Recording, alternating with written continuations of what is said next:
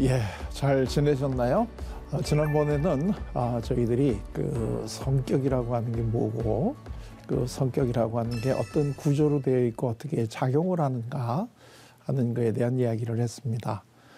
특히 그 성격 중에서도 우리들이 의식하지 못하는 무의식적으로 움직여가면서 우리들의 삶에 대해서 많은 영향을 끼치는 방어기제라고 하는 이러한 그 내용을 알아봤는데요.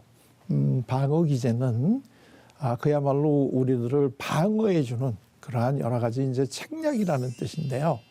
그러면 뭘 방어하느냐 그 얘기인데, 우리 자신이 살아가면서 너무나 이 지나친 불안을 겪게 되면 우리는 효율적으로 살아갈 수 없기 때문에 우리 자신을 지나친 불안으로부터 우리를 방어해 준다. 그래서 이제 방어기제인데요. 그게 무의식이라고 하는 뜻은 내가 어떤 방어기제를 쓰고 있는지를 의식을 하지 못한다는 뜻이에요. 우리가 이제 더우면 에어컨디션을 사용을 하는데 그 에어컨디션의 성능이 좋으면 좋을수록 우리가 지금 에어컨디션이 작동하고 있는다는 걸 우리는 모르잖아요. 네. 그리고 그 온도를 우리가 맞춰놓으면 그 에어컨디션이 자동적으로 알아서 그 켜졌다가 꺼졌다가 하면서 우리들이 원하는 적정 수준의 온도를 맞춰주는데, 우리 마음도 똑같은 방식으로 그렇게 이 작동을 한다는 거예요. 그래서 이걸 무의식이라고 이제 부르는 거고, 사실 우리는 내가 지금 어떤 방어기제를 사용하고 있는가 하는 거를 그래서 모르는 거고, 그만큼 우리 마음은 아주 최고급의 그러한 그 에어컨디셔닝과 비슷하다. 그래서 작동하는지 안 하는지조차 이걸 모르고 있는 이런 것이 이제 그 우리들의 방어기제다, 이런 얘기를 했습니다. 근데 이제 방어기제가 그럼 몇 가지나 되느냐, 이게 이제 우리가 되게 궁금한데요.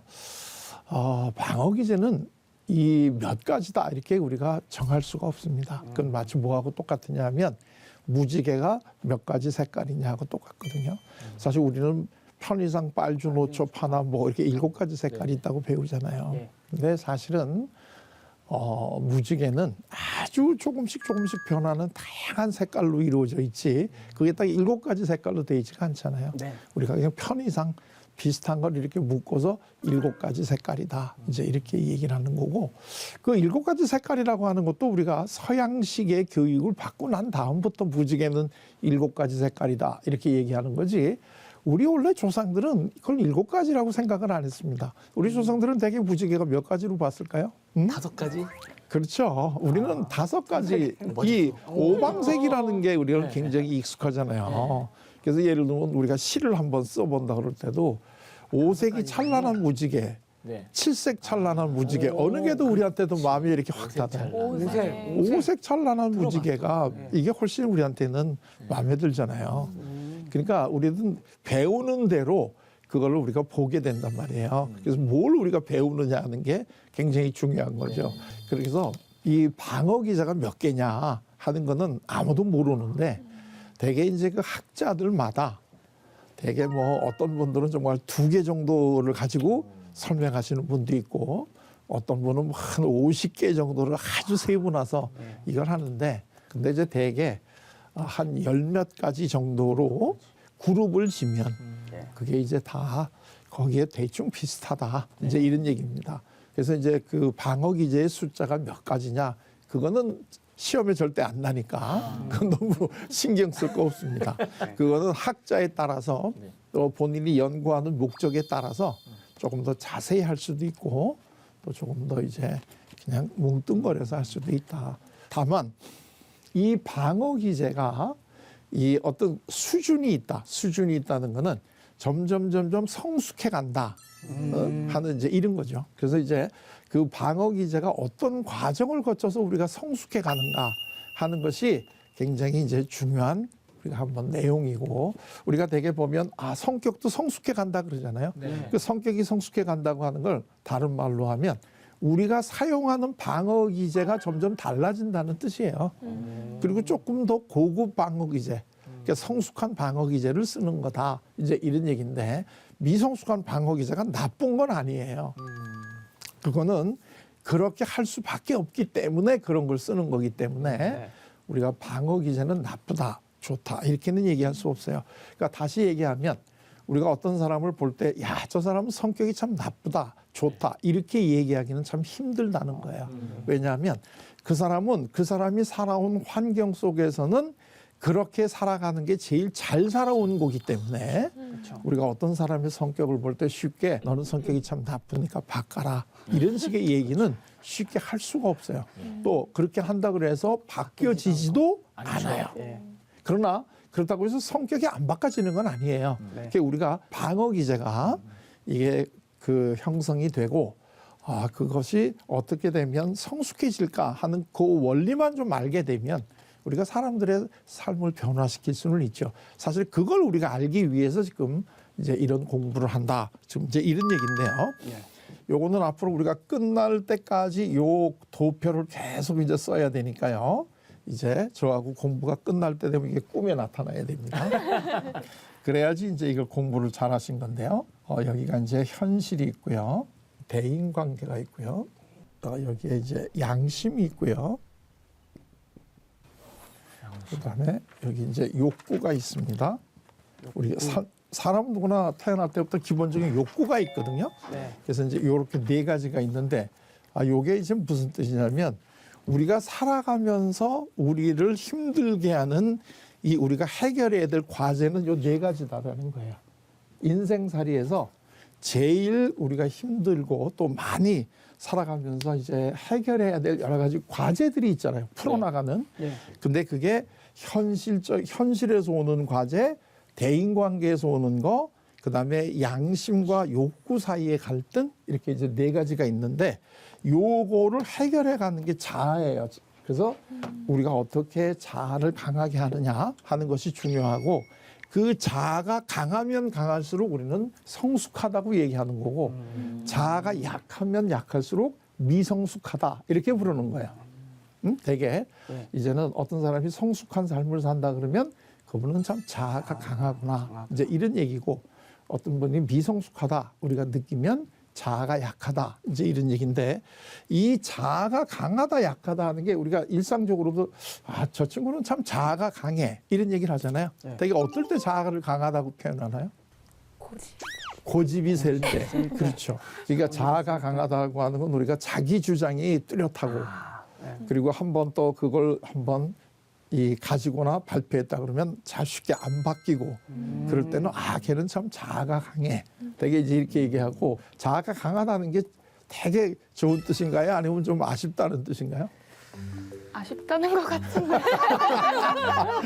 야, 우리 주연님이 아주 오늘 굉장히 솔직히 담백하게 얘기하시는데 우리가 보통 쟤는 자아가 강해. 이럴 땐 너무 이렇게 되게 이렇게 묻잖아요. 너무 강해. 자아가 너무 강해. 그래서 타협을 별로 안 하려고 해. 뭐 이제 이런 식의 이야기들을 하는데 사실 그 이 심리학이요.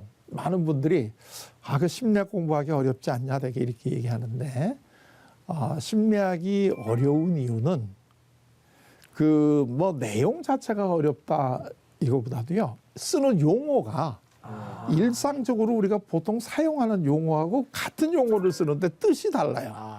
그러네요. 진짜. 네, 그렇기 때문에 이게 그 어떤 심리학적 용어를 들었을 때 우리가 일상적으로 사용하는 친숙한 그 뜻으로 해석을 하면 잘 이해가 안 되는 그래서 되게 이제 심리학 책을 보면 재미가 없는 이런 이유가 바로 여기에 있는데 이 자아라고 하는 것도 사실은 이게 뭐 자아가 강하다 이렇게 얘기하는 게 고집이 세다 또는 자기 주장이 강하다 이런 뜻이 아니고 이 현실과 대인관계와 양심 우리가 살면서 해결해야 될 과제를 잘 해결하면 자아가 강한 거고 해결 못하면 자아가 약한 거죠.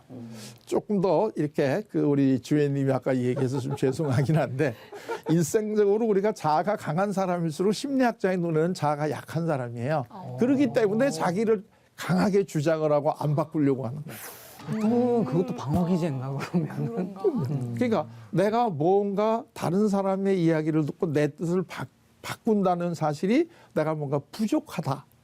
그래서 내가 처음부터 잘못 생각했다. 이런 느낌을 나한테 주게 되면 나는 바꿀 수가 없죠.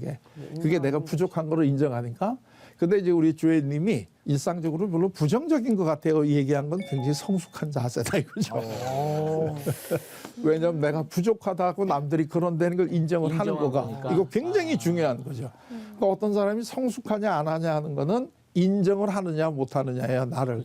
그러니까 우리가 어린아이들 보면 얘네들이 어른하고 다른 건 절대로 애들은 자기가 잘못했다는 거를 인정을 안 해요. 맞아요. 우선 몰라. 맞죠. 몰라. 그렇기 때문에 뭔지 잘 이걸 모르는 거고 네. 모르니까 당연히 인정을 안 하죠. 네.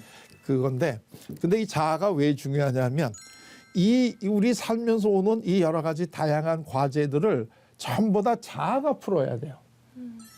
그러니까 이 욕구도 자아에게 내 욕구를 해결해 달라고 부탁을 하고 양심도 양심대로 살아가 달라고 자아에게 요구를 하고 대인관계도 나 대인관계 잘하고 싶다라고 자아한테 다 요구를 하기 때문에 자아가 약하면 이 여기들에 휘둘려요.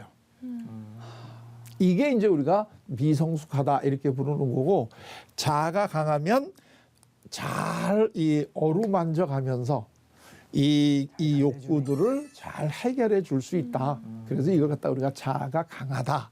이제 이렇게 이야기를 하는데 제일 먼저 우리가 태어나서부터 0세에서부터 이제 한 5세 사이 요때가 이제 어린아이예요.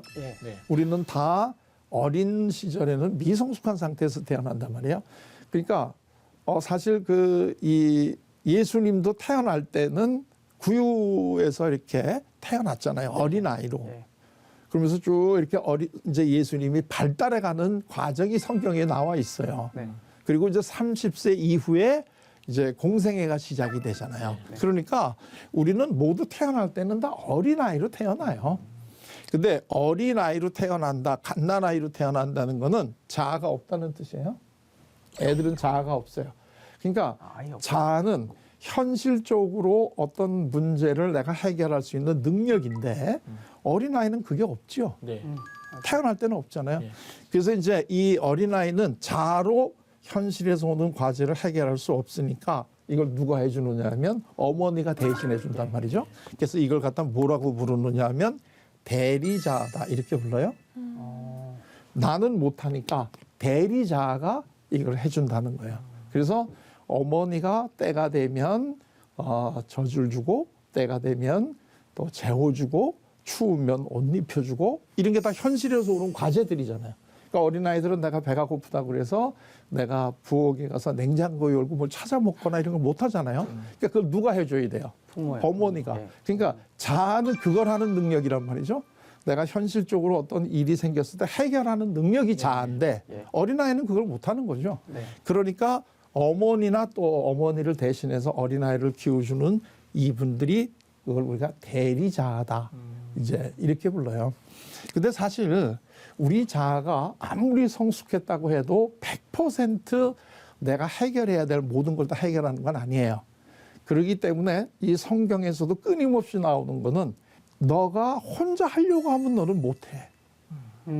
왜냐하면 우리는 이 모든 문제를 다 해결할 수 있을 만큼 인지 능력이 발달된 것도 아니고 또 경험도 없고 그렇기 때문에 나는 못해.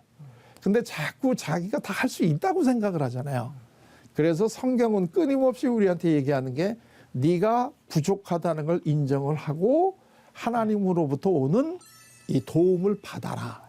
하나님이 이때는 대리자 역할을 하는 거죠. 우리가 매일매일 결정을 하는 수없이 결정을 해야 될 때 내가 하는 게 아니고 하나님이 이게 이제 우리 그 기독교에서도 얘기하는 기본적인 패턴인 거예요. 그러니까 근데 이제 이 어린아이들한테는 이 대리자가 되게 어머니다. 이제 이렇게 얘기를 하는데 그러면 얘네들이 이제 현실에서부터 이제 온단 말이죠. 그럼 예를 들게 되면 내가 지금 배가 고파요. 애들도 배가 고픈 건 느끼죠. 그런데 얘네들은 해결할 능력이 없어요. 그럼 얘네들이 울잖아요. 그럼 이제 어머니가 알아서 우리 애기 배가 고프구나 하는 걸 이렇게 이제 알려주는데 그러면 그 젖을 어머니가 주잖아요. 근데 애들은 내가 배가 고프잖아요. 그러면 어떤 생각을 하느냐 하면 내가 마치 지금 젖을 먹고 있는 것 같은 이런 환상을 가져요. 공상. 안 먹고 있어도요? 안 먹고 있어도 내가 배가 부르다 이렇게 느낌을 가진다고.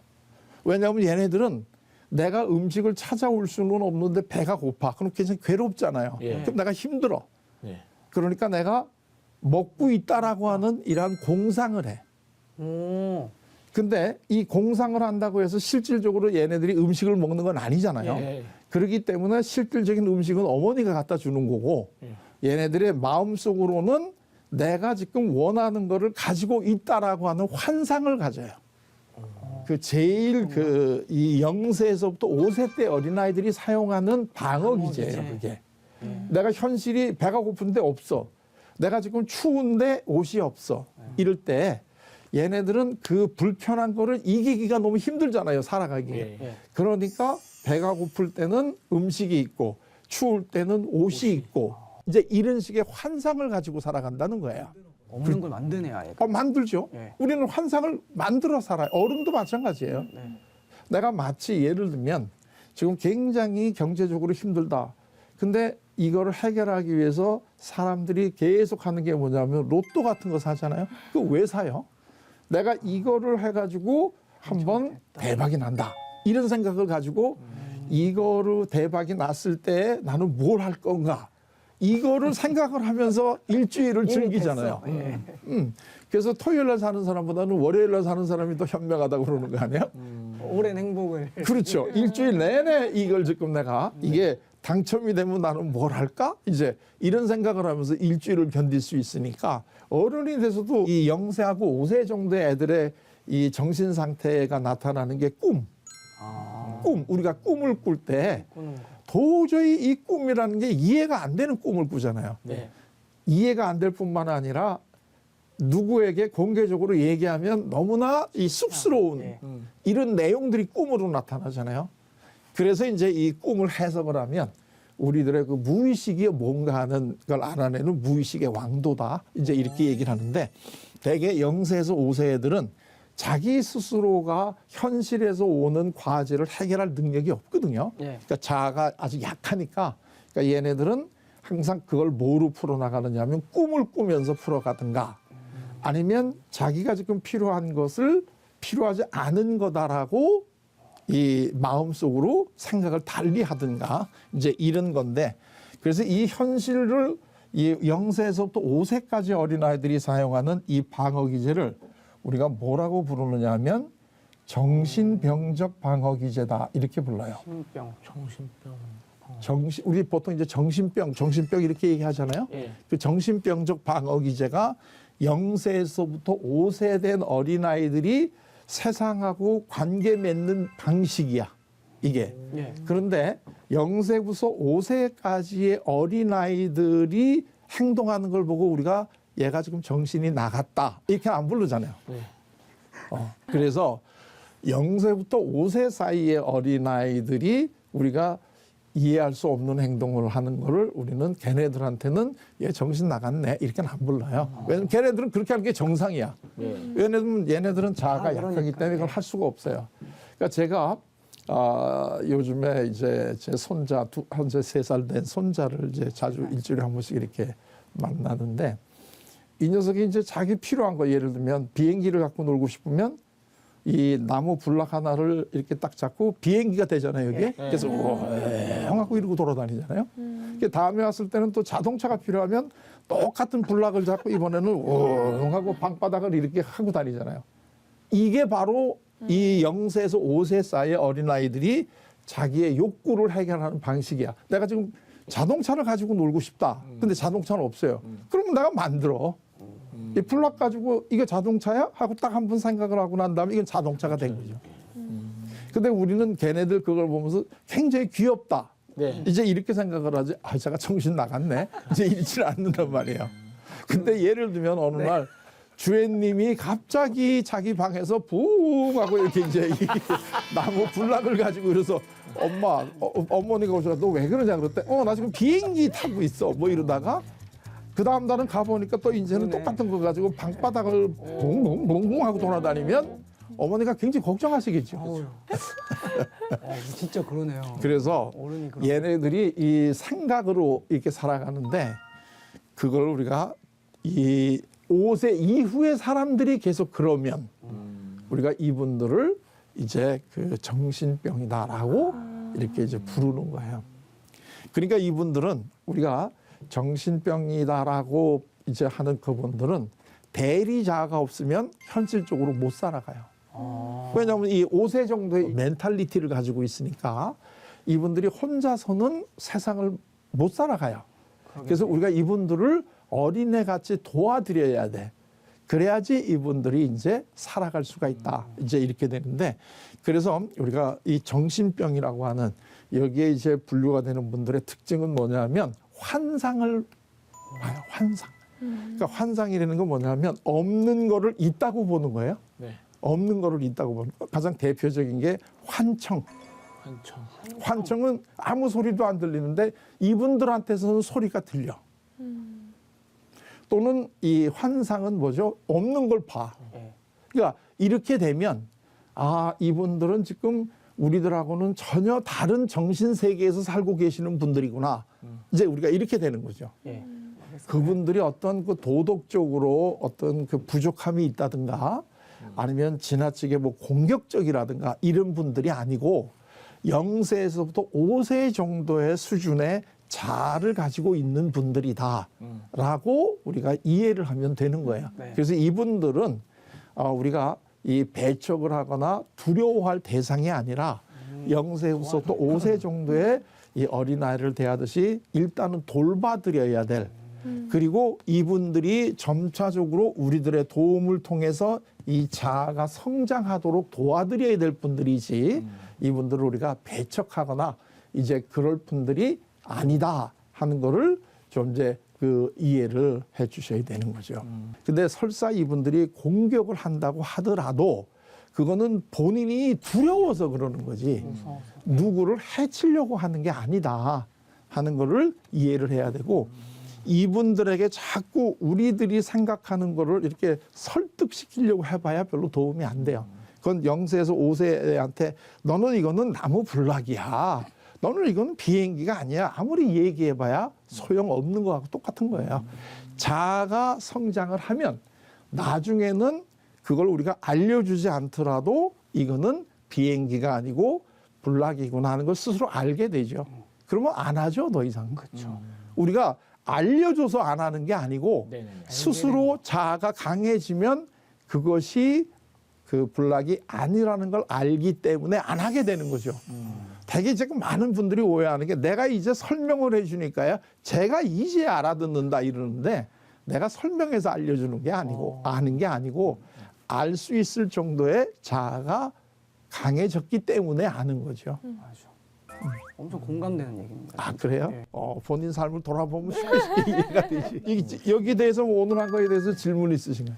저는 그 아기가 이제 막내가 이제 15개월이라 그래서 지금 오늘 너무 아주 이제 실감 나겠네. 네, 실감이 나는데 그러면 그 이제 아기가 자라면서 이제 자아가 이제 점점 성장을 할 텐데 그렇죠.